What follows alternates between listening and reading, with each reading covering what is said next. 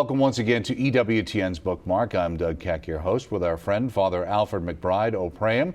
Two of his works, two books entitled A Short History of the Mass, and his other work, How to Make Homilies Better, Briefer, and Bolder, and both published by St. Anthony Messenger Press. Welcome. Great to have you back here, Father. Thank you. It was a long time before, but now not so long since the last time we got to talk to you about the priesthood. This time I'm talking about the Mass and something else about the priesthood. And this is a book a lot of people might be interested in reading about how to make homilies better, briefer, and bolder. Tips from a master homilist. Are you the master homilist we're going to be talking to? Okay, if they great. say so. Well, let's start off with the main part of why we go there on Sunday.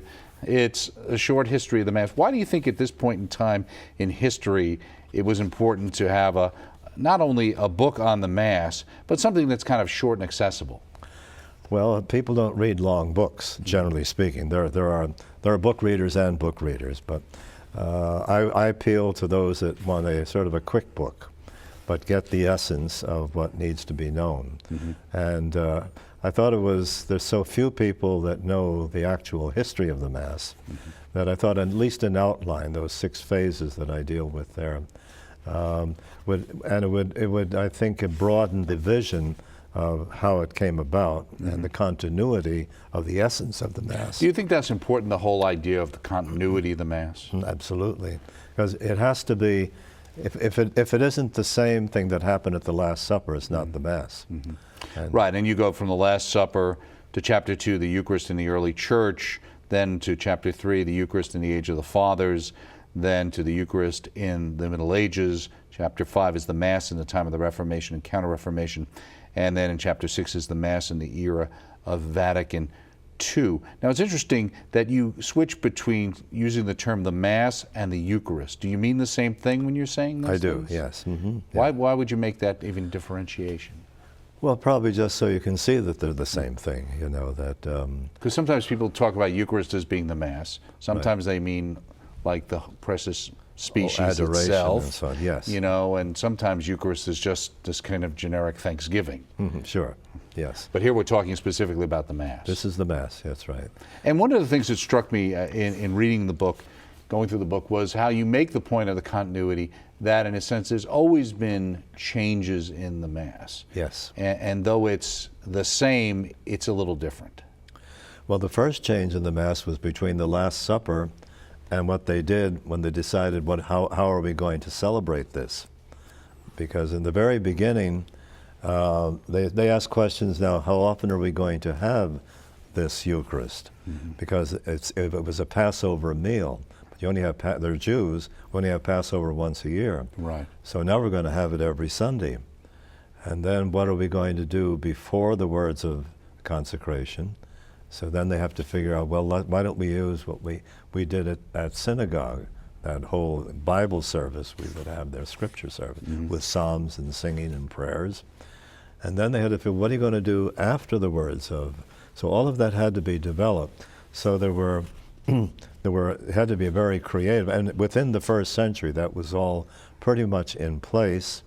And by the second century we have, even to this day, some of the same prayers that were used at the very beginning of the apostolic times. Mm-hmm.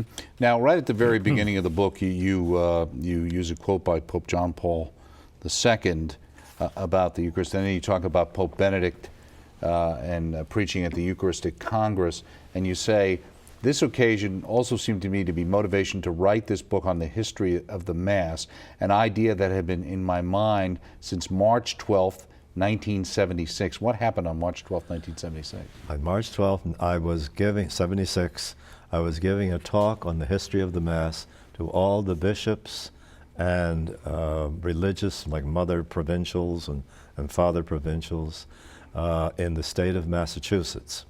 I gave it at Mount Marie Mother House, mm-hmm. and I had never put together the outline of the history of the Mass as I did that time.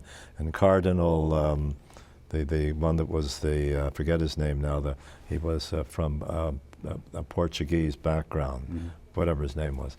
But he congratulated me, he said, you know, you should make a book out of that. He said, I did my my doctoral dissertation on the history of the Mass. That was Cardinal Humberto Maderas? Maderas, that's right. Wonderful, beautiful man.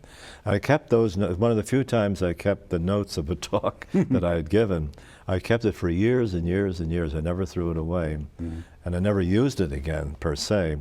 And then I said, now's the time to do it. And I called Anthony Messenger, said, would you be willing to do it? And now, when you went and looked at your notes again, how much had to be changed in the, let's say, 34 years later? Well, it was more, it was a skeleton, so it really needed to be filled in a lot. And of course, the Vatican II was just new at that time, so I wasn't sure what difficulties and so on were going to come up. And right, so you had a chance to look back then. Yeah. Now, you also mentioned here, because I mentioned this as being a shorter book, you say, I prefer the forest a little more than the trees. The trees, that's the detail type book, you know, but I'm the broad vision type. I like to see the whole picture. A lot of people like all the details that come with it, so I just give a few details. Now, you mentioned in talking about how the transitions happen, despite all the vagaries of centuries thereafter, the basic structure has survived and is still the bones of today's liturgy. And you go on to say, I was impressed by the transition of the church after Constantine from a mass linked to house liturgies to one celebrated in a church building. You're talking about how the church carefully preserved the values of each previous approach. It's interesting, too, because that's a lot of time from a Protestant perspective where there seems to be, they view, well, after Constantine and it went from being the little local kind of house church kind of thing, that's where things started to go wrong. Yes, well, there was a certain truth to that when the Mass was held in homes, it had that familiar feeling. Everybody, you didn't have to talk about it participating in the Mass because you did. I mean, you maybe have 100 people there in one of the larger homes or out in the atrium in the courtyard. And it was certainly an easier way to appreciate the beauty of the Mass and being involved. And there was also, of course, the theme of persecution, that you were in a survival mode during all those years, which kept you pretty well purified. Although there were heresies that arose even then, like Gnosticism occurred. They're still around today. Still around. Just repackaged a little differently. I know, exactly. Another thing that struck me is you mentioned a book that I had the pleasure of interviewing Eamon Duffy, and you talk about his book having to do with England before the Reformation, the stripping of the altars. Why do you mention that book? Well, because as Eamon Duffy points out, the perverted wisdom of Henry VIII and his people was take away the devotional life of the Catholic, and they'll be lost. And as Eamon Duffy points out, get rid of the windows, get rid of the statues, get rid of any imagery and frescoes and all that stuff that every little village church had these things, and you'll sort of cut out the heart. One thing that actually happened in our own time, we lost devotions. You may recall we used to have a lot of devotional life. And I think it's now making a comeback, like Scott Hahn's latest book says 40 Catholic devotions we should take a look at again, and so on. Well, certainly this network was built on Eucharistic adoration and certainly supportive devotions. That's right, and the Rosary, and no doubt about it. Every night you have it on. Yeah. Right, exactly. Yeah, you mentioned the Catholic people stayed with the Eucharist through thick and thin, sometimes giving their lives, as was the case of Catholics in Reformation England and in revolutionary France and also in communist-run Eastern Europe. Do you think Catholics are as willing to give their lives over these things as they were before? Some are, yeah. Well, even in our own time, the Catholics in Poland are a perfect example of a whole country actually surviving through the worst persecution. And the communists were never able to destroy the faith in Poland. That's a whole country doing it.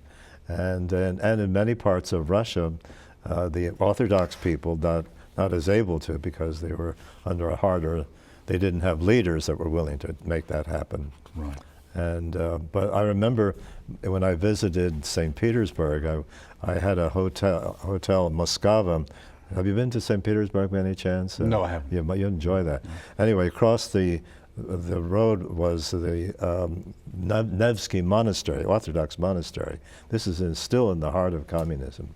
It was about to collapse. But it was filled every morning at 10 o'clock with devout people going to all the little shrines. It was one of the 2 monasteries open in Russia. But it was devotion and the liturgy too. I don't ever want to ignore that part. Right. It must have.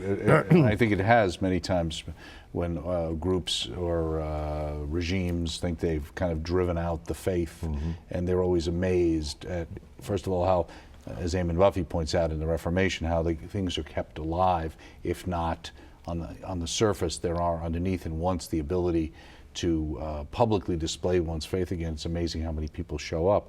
One of the things that's also interesting in this book, and you write a lot of books that can be used for, kind of study, etc. Now this doesn't look like it, but yet you put discussion questions in. Why? Well, I'm hoping people would use it for discussion and study, and many do. Like the Pray and Pay group in Green Bay. They come for prayer, and they pay a babysitter to take care of their children while they're there, so they can gather for prayer for a morning. And they all use this book for their study. And you talk about the essential elements of the Eucharistic celebration, and you kind of talk about them towards the end, having to do with Vatican II. And one of the ones that struck me too here was St. Margaret Mary. You bring her up and talking about Bishop Cornelius Jansen. Why did you decide to talk about Jansen? Well, because Jansen brought out the the angry God. It was a sort of a combination of Pelagianism. It's we are the ones, and that make it all happen, and God is angry at you if you don't do this, and so it was a fear religion, and the Catholic convents were something, and Catholic people, because that's why they didn't go to communion. They weren't worthy. Okay, You right. had to be very pure. Well, that's not. We know. And a lot of it was what the outward appearances would have to reflect. Exactly, that, right? and it caused a lot of hypocrisy, and it wasn't real faith. Jansenism, basically. Jansenism, where that came exactly. from, right? The other thing struck me, and I was just alluding to towards the end when you talk about the Vatican II Church, you say, in reviewing the liturgical changes created after the Council, I particularly enjoyed contrasting the elements that disappeared with the ones that replaced them. How so? Oh, let's see. Well, I don't know if I was thinking there of the devotional side of things. I'm not sure what I meant by that, to tell you the truth, because it seemed to me I was thinking more of, say, the loss of the Latin language and Right. the loss of the Roman-style vestments, and Right. and replaced. I think maybe I also was contrasting, without saying it specifically, that the church architecture went to a barren meeting hall type of church, from one of these where you're at home with all the angels and saints and so Right. on. Well, do you think some of that was maybe an overreaction to trying to make the church more acceptable to people outside the church?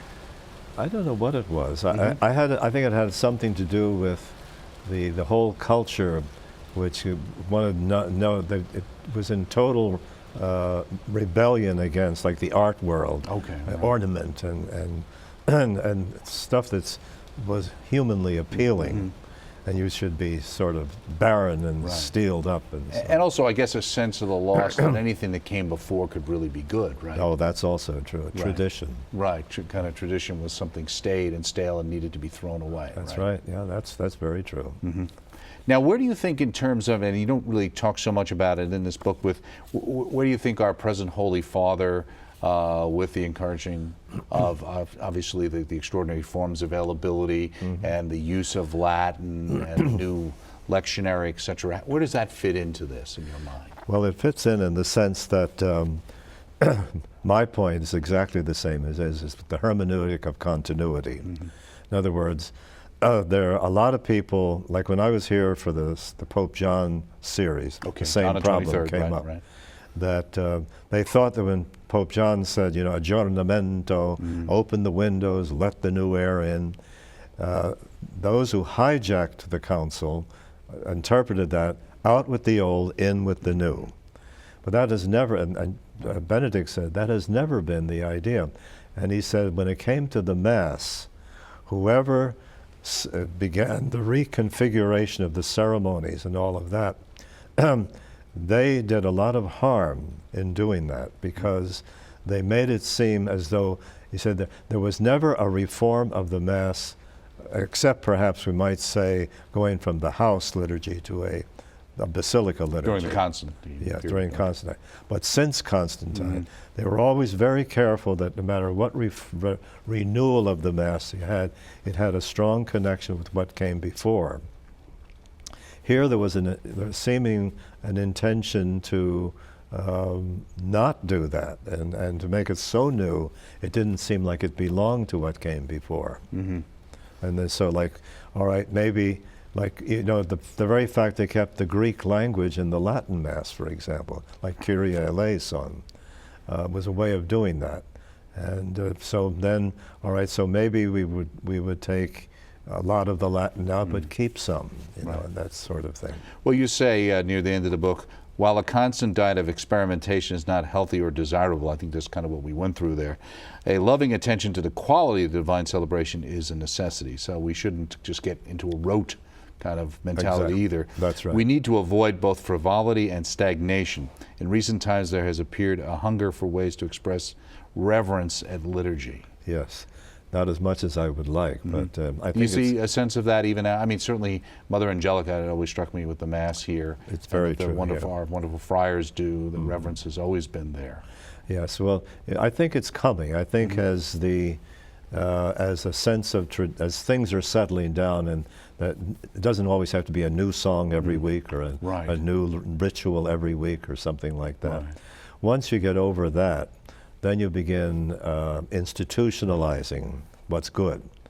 And of course we need to get music, you know, that's going to be very reverent and uplifting. Right. I think I'm beginning to hear more of the classical music in the church nowadays. And even I read a lot of websites every day, and there was this father, Monsignor Pope from he's from Washington, D.C. He does a lot of beautiful things, and he had in his on his Easter Sunday blog, he talked about, let me rearrange the Easter stories in a way that you might see the sequence. And he said, and then he took some film from the Gospel According to John, the movie done. Sure, right. You know, it's a beautiful movie, and they have all the words of St. John's Gospel. Right. He took all that series, and I found it on YouTube.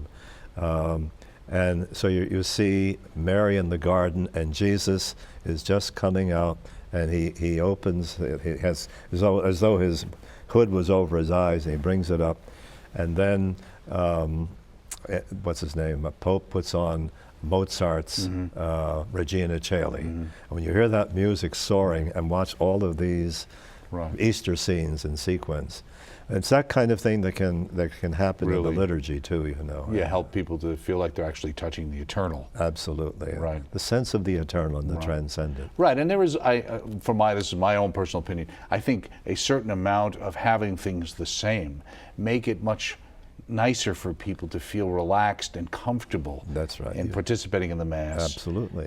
Even though the choir may like to sing a different song this week. That's right. Yeah, yeah, of course. Yeah. Now let's move on to something else that's very important to most of us sitting in the pew. How to make homilies better, briefer, and bolder. Tips from a master homilist, and that is yourself. Obviously, one of the things that struck us here as well is that you had a very wonderful homilist, who is now the Archbishop of New York City, and the Diocese of New York, and a friend of EWTN, Archbishop Dolan, actually, who wrote the preface to this particular book. Let me ask you, is this book basically targeted? Is this something I should pick up and give to my parish priest, or what? Well, I don't know. It's actually. And how would he feel if I got it in the mail? He might wonder, well, why did you send it to him? Right. Don't blame me.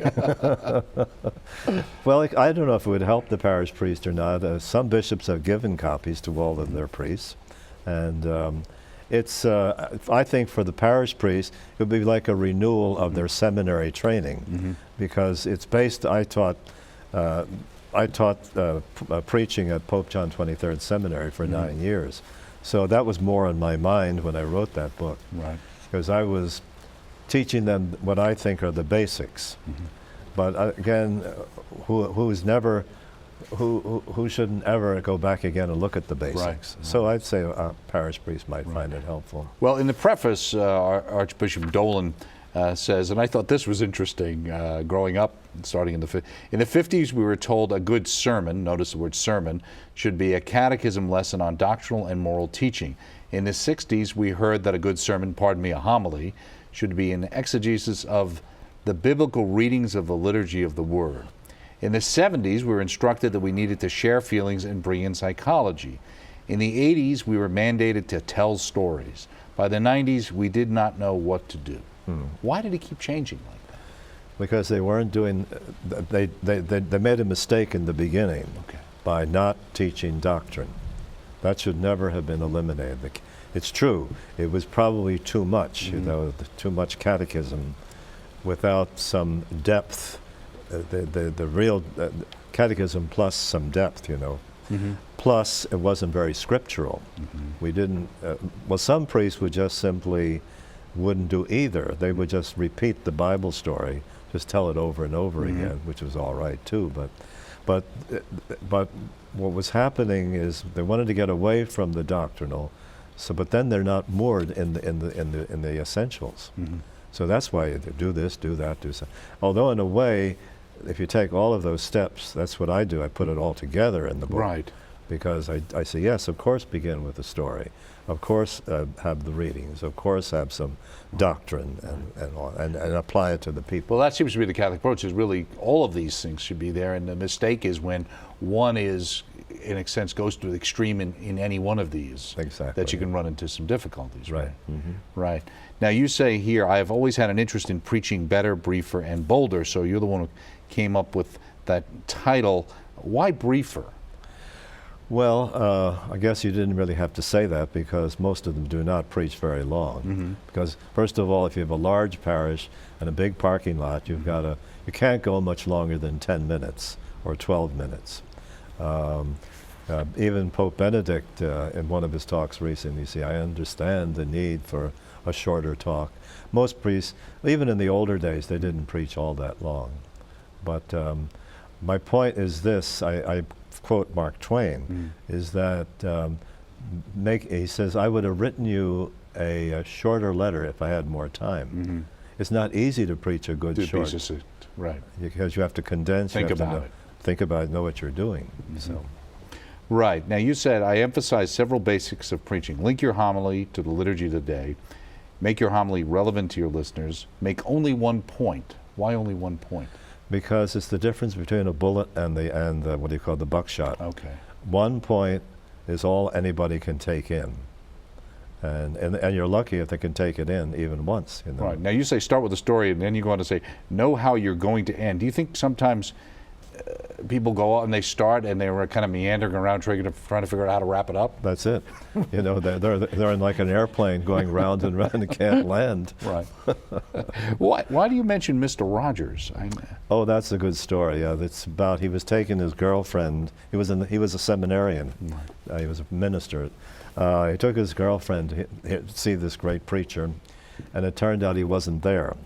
And it was someone, the preacher that did show up, he didn't like, and he said, wait till I talk to my girlfriend about this. Meanwhile, he looks at her and she's weeping and all that.